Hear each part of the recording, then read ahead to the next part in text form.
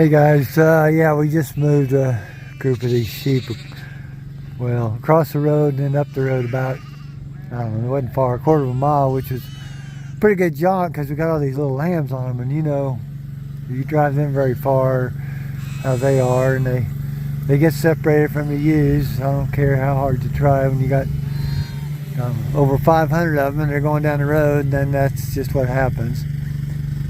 And I was trying to get a video, but honestly, between trying to keep them together and moving in the right direction and controlling the dogs, I just gave up. But we're here now.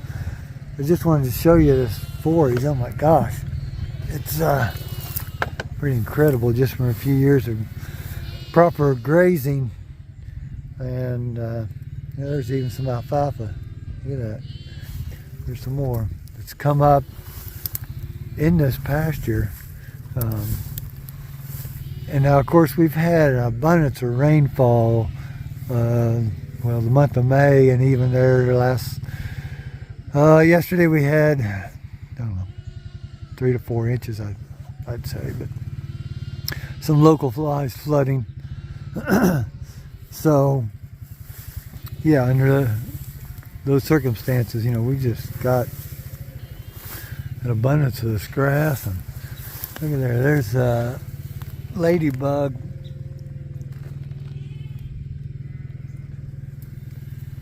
See all that? I always like seeing those.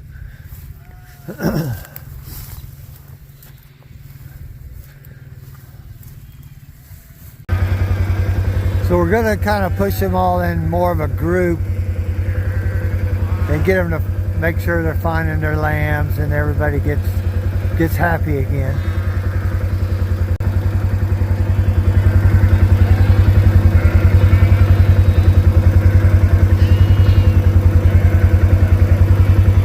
One thing we've noticed, it doesn't seem like the sheep are near as good at eating these cedar trees as a bunch of goats are.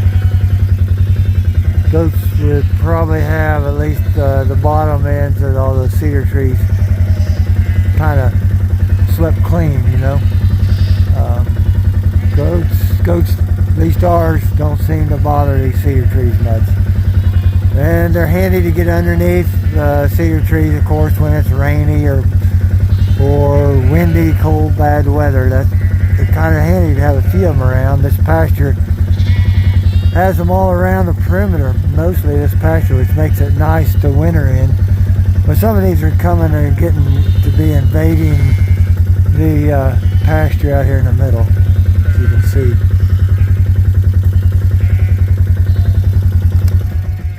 But when I had goats in here, they had, like I said, a lot of these weren't here, or they were, the bottoms of them eating up better. But the last few years, well, probably 5 years, we pretty much just had sheep rotated through this pasture and these others that are kind of adjacent to it up here.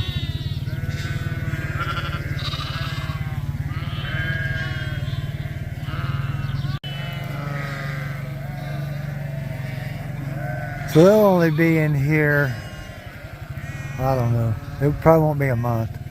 But there's 50 acres here. There's about, well, there's over 500 sheep, I think. Look at those guys eating on that, defoliating that, well, we call it hedge, Osage orange. You might know it as. Don't see any of them eating the cedar trees.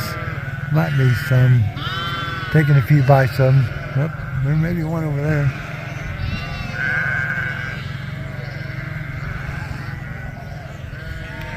Now you'll hear a lot of bawling, but as I've come to realize, it's not necessarily mismothering, or they could be looking for their lambs. Yeah, that's sure, but sheep are just vocal, and I've seen lambs bawling standing beside their mother, and they're just vocal. The ewes will be bawling. It'll get much more quieter as they find their lambs in here, of course, but it just seems like anything that kind of upsets them, like hearing I'm moving to another pasture or paddock, sometimes they'll just start bawling like that. I can see some now, they are looking for their lambs, some of these ewes.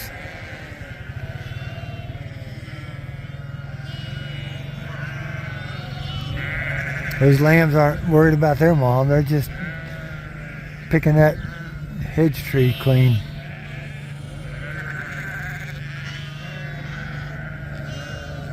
And some years we put a few goats in with the sheep, and my theory was that they would see the goats eating leaves like these are doing, and some of the brush and things that they're not as motivated to eat. They see the goats eating it, and they would want to eat it. And that, it's hard to say, because yeah, we had brush eating, but I don't know if the goats in the herd ate it all or the sheep were helping them. We would see sheep eating it sometimes. Right now, this year there's no goats in with this bunch. We found as we were moving these at lambing, they get moved every, let's just say 3 days, give or take. That it was hard on the goats, on the nannies and kids to move that often during kidding. They were just getting left behind, and it's just a lot more work, took a lot more time to get everybody moved. So this year we didn't do it that way. Now we might bring some goats up here with the ewes at some point this summer, but or if we had, I don't know, if we had some we weaned kids off or something, we might bring just a few nannies up here.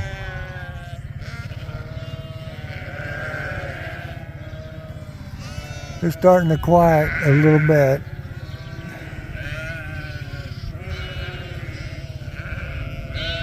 There's 5 dogs in with this bunch, which is plenty, but I tell you what, the longer you have sheep or goats in an area, the more predators you're going to draw. And so over time, we just felt like we needed to add dogs into the mix, and more dogs,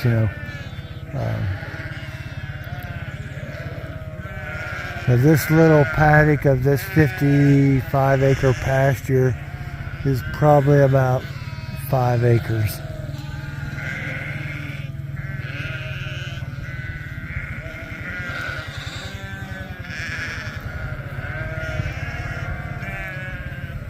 And they'll be here, I don't know, this might last them.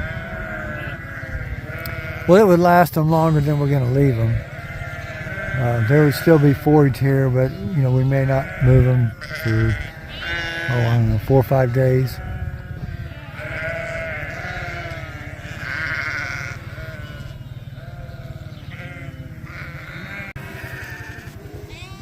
So that's Sally out, had her kind of circle around, push them up a little bit.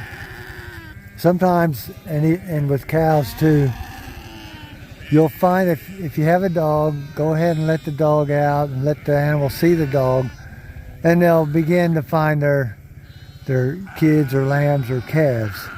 The moms will. They'll see the dog, and then they'll say, "Uh-oh, we better find our offspring." Sally down.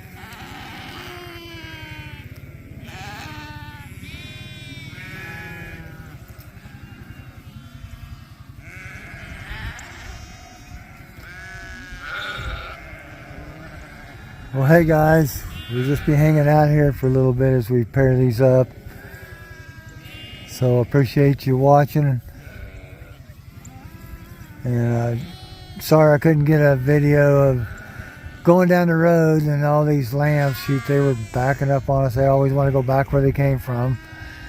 and the dogs were not knowing exactly what to do, and things got pretty hectic, and I just couldn't get a video. But anyway, I appreciate you watching, and I'll put some more info up there as I find out about our school. We know the dates, September 11th and 12th. We're figuring out pricing structure and early pricing. We're doing it with Dale Strickler. Again, he's doing the class on the Monday, Tuesday, Wednesday, before our class on Thursday, September 11th, and Friday, September 12th. So he'll do a kind of a grazing school, mostly about cattle grazing. Our school is sheep and goat business management, really. So hey, I'll keep you informed. Thanks for watching.